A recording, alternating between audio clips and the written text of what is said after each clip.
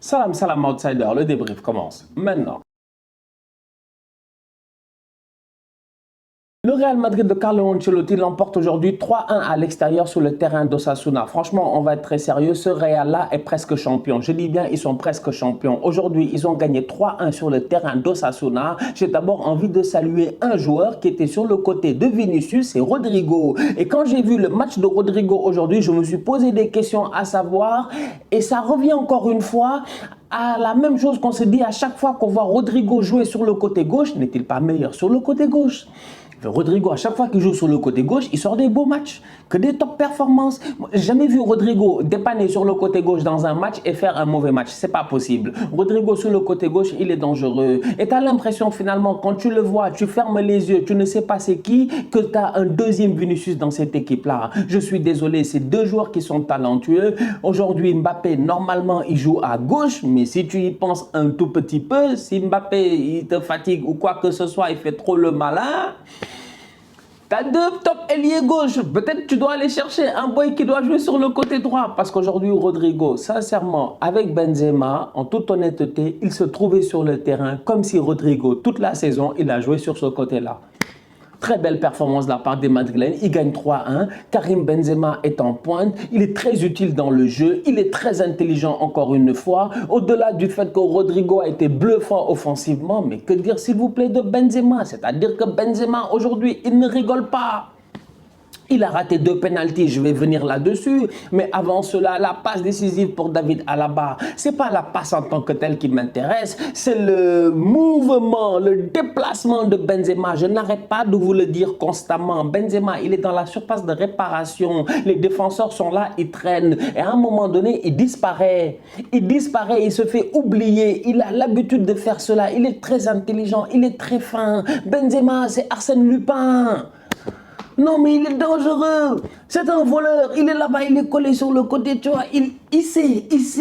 Il demande, il lève la main, le ballon est là, le décalage est fait. Personne de Libyen parmi les défenseurs ne sait où est Karim Benzema. Passe pour David Alaba, qui la première fois rate, deuxième fois il est chanceux, il claque, je dis bien, une petite aile de pigeon. Donc aujourd'hui, cette équipe du Real là, offensivement parlant, Carlo Ancelotti avait fait tourner, Vinicius était sur le banc, Rodrigo était sur le côté de Vinicius, il a sorti une top performance, Benzema a raté deux pénaltys, c'est des choses qui arrivent et on va être très sérieux. J'ai envie de saluer Herrera, le gardien d'Osasuna. Excellent.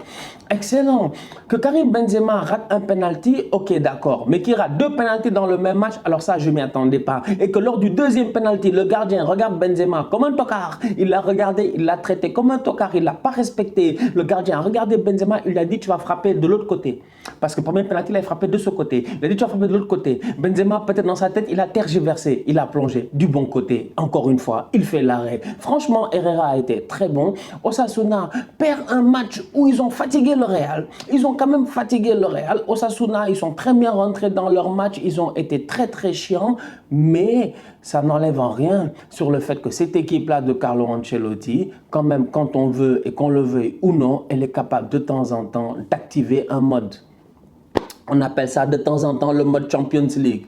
Là, j'ai envie de dire, c'est juste le mode fin de saison. Ils ont envie d'en finir, de gagner ce championnat-là. Belle victoire à l'extérieur. Remaniement au milieu de terrain, Ceballos, Camavinga, Valverde. C'est un milieu de terrain qui n'est pas habituel, pas du tout habituel chez Carlo Ancelotti, chez ce Real Madrid-là. Et pourtant, tous les trois, ils ont été très bons. Dani Ceballos, on sait ce qu'il vaut. Moi, je suis un fan d'Arsenal, vous le savez. J'ai eu Dani Ceballos en prêt chez moi. Il a été bon, il n'a pas été mauvais. Le seul problème, c'est que je pense qu'on avait trop de joueurs à ce poste-là. On n'avait pas forcément besoin de lui et on a préféré Martin Odegaard. Aujourd'hui, Dani Ceballos, sincèrement, il peut être très utile. Ça peut être un bon couteau, un bon remplacement, sincèrement. Aujourd'hui, il est sur le terrain, franchement, il n'y a pas Kroos, il n'y a pas Modric, il n'y a pas Casemiro, il n'y a pas Fiasco.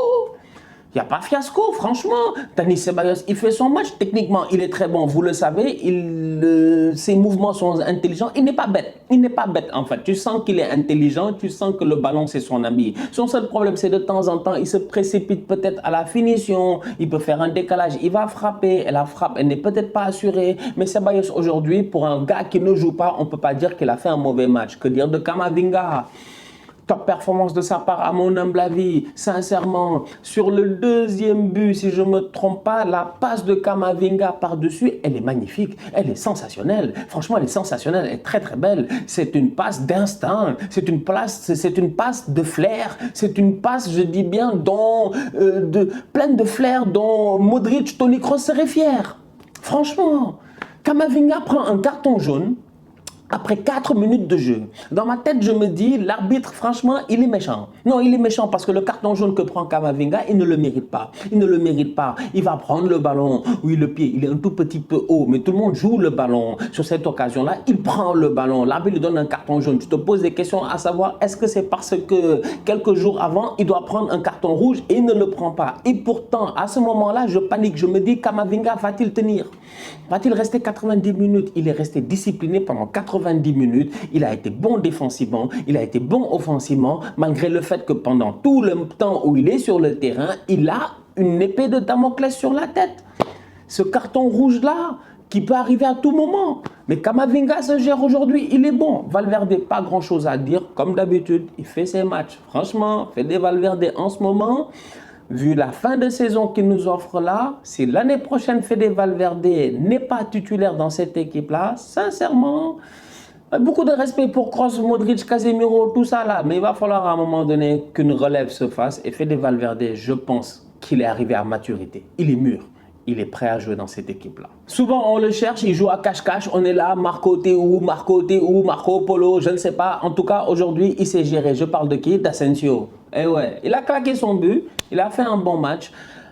Faut le notifier quand même. Va-t-il rester à Madrid ou pas? Va-t-il quitter en fin de saison ou pas? En tout cas, Asensio, c'est encore un point d'interrogation en termes de contrat. Mais aujourd'hui, face à Osasuna, il s'est géré. Il a été bon. 8 passes décisives pour Vinicius cette saison. Il rentre en fin de match. Même pas, il est là pour 5 minutes. Rapidement. C'est-à-dire rapidement. C'est-à-dire qu'on le fait rentrer pour commencer son décrassage. Je dis bien, il fait une passe décisive. Si tu le laisses même, il claque un but. Il a failli marquer. Il doit marquer. En fait, Vini, en 5 minutes, il peut mettre un but, une passe D. Taf, taf, taf, taf. Ça montre à quel point l'enfant, quand même, il a évolué. 14 buts, 8 passes décisives en 30 matchs de Liga cette saison. Franchement, chapeau Vinicius. C'est une saison, je dis bien, de confirmation. C'est-à-dire qu'on savait qu'il avait du talent. En tout cas, bon, bref, moi, je ne vais pas vous mentir. Jusqu'à l'année passée, je ne peux pas vous mentir, les vidéos sont là. On va me dire, Stan, tu mens. Jusqu'à l'année passée, vous vous rappelez très bien, j'avais des doutes. Vinicius, c'était le grand tocard. C'était le master tocard. Non, franchement, je vous l'ai dit, c'est une superstar. La rentrée de Vinicius aujourd'hui, en 5 minutes, dans un match qui, normalement, est censé être plié, même s'il n'est pas réellement plié. Tu te dis peut-être que Osasuna peut marquer, même s'ils ont l'air d'être à bout de souffle. C'est une rentrée, pour moi, époustouflante. C'est une superbe rentrée, franchement. C'est la rentrée d'un boy concerné. C'est la rentrée d'un boy qui a vu Rodrigo faire le feu sur son côté. Il a dit, moi aussi, je vais venir et je vais remettre, je dis bien, les pendules à l'heure. Il rentre, il doit marquer un but. Malheureusement, le ballon passe à ça du poteau. Mais derrière, il claque sa passe décisive pour Lucas Vazquez. Top performance de la part de Vinicius. En un laps de temps, je dis bien, équivalent à un tour de Formule 1. Incroyable.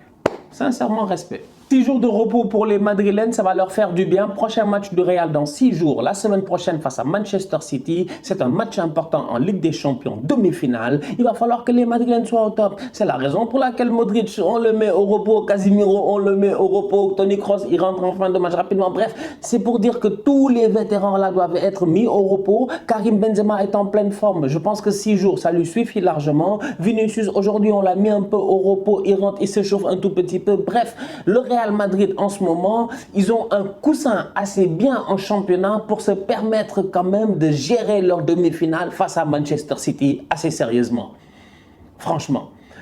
Au pire des cas, tu fais jouer les Gareth Bale, les Mariano, les je ne sais pas quoi. Normalement, les gars doivent se débrouiller. Je pense qu'il leur reste quoi? 4 points peut-être à aller chercher pour être champion. Il ne reste pas beaucoup de points à aller chercher. Le Real est capable d'aller chercher ces points-là. 4 points, 6 points, ils sont capables d'aller les chercher. Par contre, en Ligue des Champions face à Manchester City, il faudra sortir un autre niveau. On a vu un Real extraordinaire, j'ai dit jusqu'à présent, un Benzema sensationnel face au PSG, face à Chelsea, mais là il va falloir un collectif, je dis, pour sortir cette équipe de City-là, qui elle aussi de son côté se bat pour le titre face à Liverpool, qui peut-être se fatigue un peu plus parce que au niveau de City, il faut gagner tous les matchs. Au niveau du Real, ils ont un coussin, ils peuvent se permettre de perdre quelques matchs à gauche et à droite. Donc on va voir ce que ça va donner. Ça risque d'être très très chaud, on va voir ce que ça va donner. Franchement, le Real, ils se sont gérés. Belle victoire face à Osasuna. Prochain match, Manchester City en Champions League. On sera là. La famille, on se capte très bientôt pour un nouveau débrief. D'ici là, on continue à liker, on continue à partager, on s'abonne, on s'abonne, on s'abonne. On est ensemble, on reste en santé, c'est le plus important. Tous outsiders.